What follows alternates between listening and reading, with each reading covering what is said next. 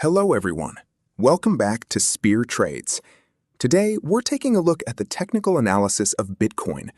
We're currently on the SpearTrades dashboard, and if you'd like to join SpearTrades, you'll find the link in the pinned comment and the description below. Now, let's jump straight into the chart.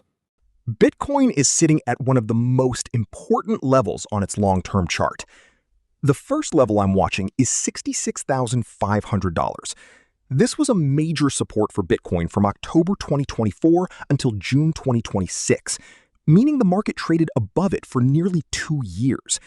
We saw a few liquidity wicks below it during that period, but the actual breakdown happened in June 2026.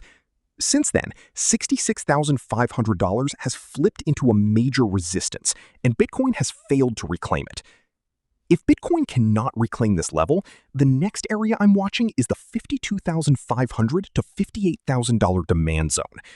Bitcoin hasn't traded inside this zone since late 2024, making it one of the strongest support regions on the chart.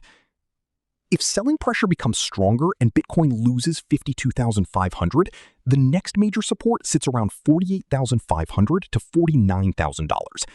A move into that area would mark Bitcoin's first visit there since early 2024. This doesn't mean Bitcoin is heading there today.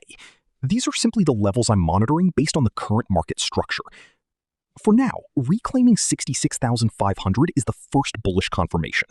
Until that happens, the broader trend remains cautious, and the lower support zones stay in focus.